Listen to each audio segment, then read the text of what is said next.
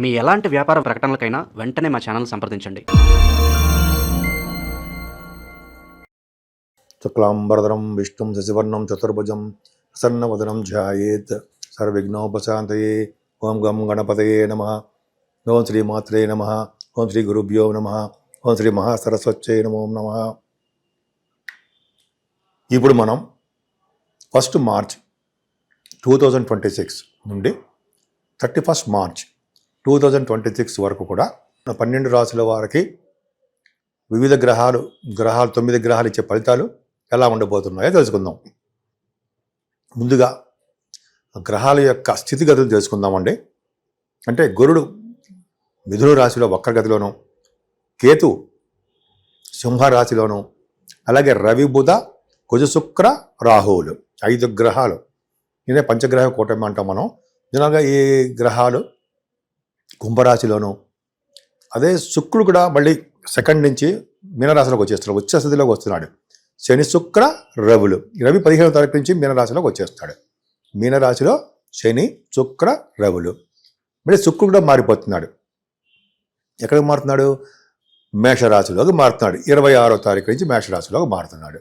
అలాగే 15వ తారీఖు నుంచి రవి కూడా మారిపోతున్నాడు. అలాగే ఈ కాలసర్ప దోషంలో ప్లానెట్స్ అనేవి ఉన్నాయండి. మార్చి 19 నుంచి జూన్ 30వ తారీఖు వరకు కూడా ఈ ప్లానెటరీ పొజిషన్లో జనరల్గా చంద్రుడు ఒకడే మారుతాడు తప్ప మిగతా గ్రహాలన్నీ కూడా సవ్యకాల సర్పదోషంలోనే ఉంటాయి. ఈ సర్పదోషం అనేది సవ్యకాల సర్పదోషం అనేది మానవుల మీద చాలా తక్కువ ప్రభావం ఉంటుంది. ఈ కాలసర్పదోషం అనేది దేశాల మీద, అలాగే రాష్ట్రాల మీద, రాజకీయ నాయకుల మీద ప్రభావం చూపిస్తూ ఉంటుంది. ఇప్పుడు మనం కన్యారాశి వారికి సర్వదా శుభాలే జరుగుతాయండి. ముఖ్యంగా మీ ఆర్థికంగా పరిస్థితి చూసుకుంటే చాలా చాలా బాగుంది. అంతేకాకుండా వేళపాటి భోజన వసతులు, ఎక్కడికి వెళ్ళినా మీకు చక్కటి భోజనము దొరుకుతుంది. చక్కటి భోజనం అంటే మీకు ఇష్టమైన భోజన వసతులు బాగుంటాయి. అంతేకాకుండా గాయకులకి, సాహిత్య రంగంలో ఉన్నవారికి, విద్యా సంస్థలో ఉన్నవారికి బాగా విద్య రావడము, సాహిత్య రంగంలో బాగా డెవలప్ అవడము, ధనప్రాప్తి కలగడము, కుటుంబంలో వృద్ధి కలగడం జరుగుతుంది. అంతేకాకుండా గాయకులు గాను, అలాగే యాంకరింగ్ వృత్తిలోను, మీరు యూట్యూబ్ ఛానల్స్లో మీ ఇంటర్వ్యూస్ ఇస్తుంటారు కదా, వాటిలోనూ వాళ్ళందరూ కూడా ధనప్రాప్తి కలగడము, ఐశ్వర్యప్రదంగా ఉండడానికి అవకాశాలు ఎక్కువ ఉన్నాయి. ద్వితీయ భావము చూస్తే కంటిన్యూస్గా మాట్లాడే శక్తి, ముఖ వర్చస్సు పెరగడము, ఎక్కువగా మాట్లాడతారు కదా, అది బాగా ఉండడానికి అవకాశాలు ఎక్కువ ఉన్నాయి. అంతేకాకుండా దగ్గర ప్రయాణాలు చేస్తుంటారండి. ముఖ్యంగా చదువు ఆటంకాలు ఉండవు. హార్స్ రైడింగ్ నేర్చుకుంటుంటారు. అశ్వ విద్య అని ఉంది, అది మీకు రావడానికి అవకాశం ఉందండి. 4th హౌస్ లార్డ్ 4th భావం చూసుకోవడం వలన మీ తల్లి గారికి ఆరోగ్య పరిస్థితి, ఆర్థిక పరిస్థితి అభివృద్ధి చెందుతూనే ఉంటుంది. అంతేకాకుండా మీ విద్యలో బాగా డెవలప్ అవడము, మీరు వాహనాలు కానీ గృహాలు కానీ కొనుక్కోవడము, అంతేకాకుండా మ్యూజిక్ రంగంలో బాగా మీరు నేమ్ అండ్ ఫేమ్ తెప్పించుకోవడము, రైతులకు బాగా ఉండడము, కంఫర్టబుల్నెస్ ఎక్కువ ఉంటుంది. చాలా బాగుంటుందండి. సుఖపడే గీత అంటారు సరే, సుఖపడడమే మీకు బాగా సుఖపడతారు. అలాగే సంతానం విషయంలో కూడా ఏమాత్రం ఇబ్బంది లేదు. కొన్ని చిన్న చిన్న ప్రాబ్లమ్స్ వచ్చినా కూడా వాళ్ళు డెవలప్ అయిపోతూనే ఉంటారు. భయపడాల్సిన అవసరం లేదు. సంతానం మీకేమీ ప్రాబ్లం ఏం కాదు, వాళ్ళు బాగా డెవలప్ అవుతారు. అన్నిటికన్నా ముఖ్యము రవి బుధ కుజ శుక్రులు రాహుతో కలిసి 6వ భావంలో ఉన్నారు. ఇది చాలా బ్యూటిఫుల్ అండి. ఎందుకంటే పాపులు మ్యాలఫిక్స్ రవి కుజ రాహువులు, వీళ్ళు ముగ్గురు కూడా 6వ భావంలో ఉండడం గొప్ప అదృష్టం. ముఖ్యంగా రాహుతో కలిసిన రవి ఉండడం వలన రవి ఇచ్చే శుభ ఫలితాలు కూడా రాహు స్వీకరించి, రాహు మిక్కిలి బలవంతుడై రాహు శుభ ఫలితాలే ఇస్తాడు అని శాస్త్రం చెప్తోందండి. అంతేకాకుండా రవితో కలిసినటువంటి కుజుడు వలన మీకు రాజకీయ రంగంలో, ఆడవాళ్ళకి చెప్తున్నానండి, రాజకీయ రంగంలోనూ గవర్నమెంట్ సంబంధించిన ప్రొఫెషన్లోనూ ఉండడానికి అవకాశం ఉంది. రాహు కూడా ఉన్నాడు. సో ఈ ముగ్గురు కాంబినేషన్స్ వలన మీరు రాజకీయ రంగంలో ఉండము, గవర్నమెంట్ ప్రొఫెషన్స్లో ఉద్యోగాలు ఉండము, గవర్నమెంట్ సంబంధించిన ఉద్యోగాల కోసం ప్రయత్నాలు సఫలీకృతం అవ్వడము బాగా జరుగుతుంది. ఇంటర్వ్యూస్లో కూడా మీరు సక్సెస్ అవుతారు. అలాగే రుణ బాధలు మీకు తగ్గుముఖం పడడము, రోగ బాధలు కూడా మీకు తగ్గుముఖం పడడం జరుగుతుంది. శత్రువుల వలన భయం లేకుండా అభయం ఉంటుంది.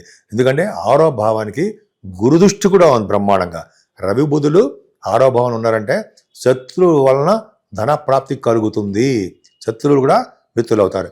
12వ భావాధిపతి గురుడు దశమ స్థానంలో బ్యూటిఫుల్గా ఉన్నాడండి.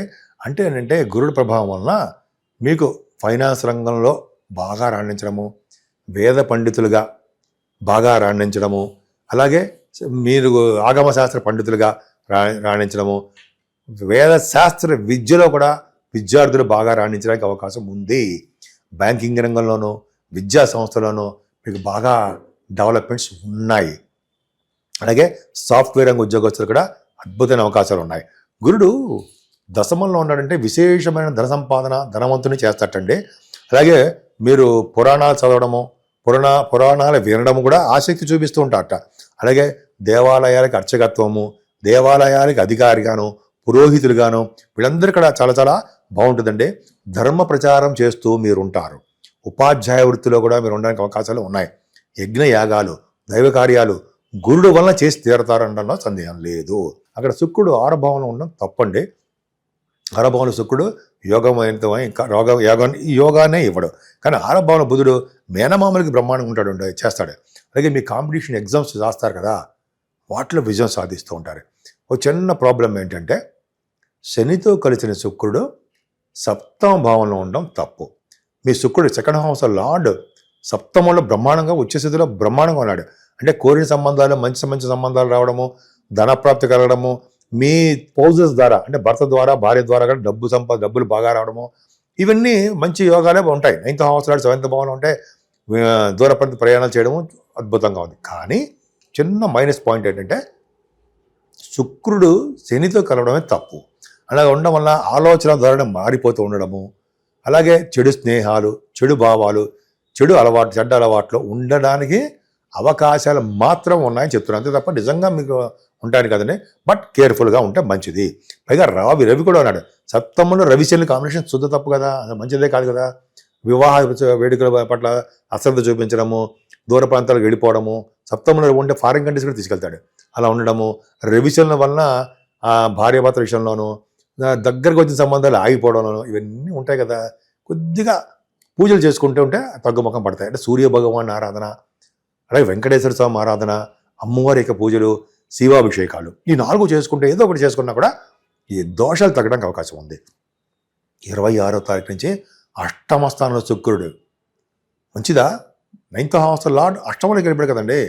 అంటే అష్టమ స్థానంలో 9th హౌస్ లార్డ్ ఉన్నాడంటే చదువు విషయంలో ఆటంకాలు ఏర్పడుతూ ఉంటాయి.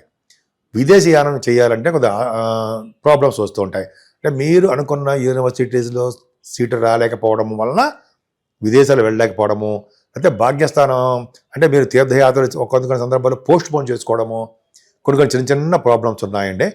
అంతేకాకుండా శుక్రుడు అష్టమంలో ఉంటే ధనాన్ని ఇస్తాడు అని శాస్త్రం చెప్తోంది. అష్టమంలో శుక్రుడు ఎక్కడున్నా ఏ రాశి వారికైనా, ఏ లగ్నం వారికైనా, ఎక్సెప్ట్ కుంభలగ్నము అండ్ మకర లగ్నము వాళ్ళకి 12th భావంలో మంచిది కాదు. సో ఈ రాశుల్లో శుక్రుడు అంటే మంచిది కాదు.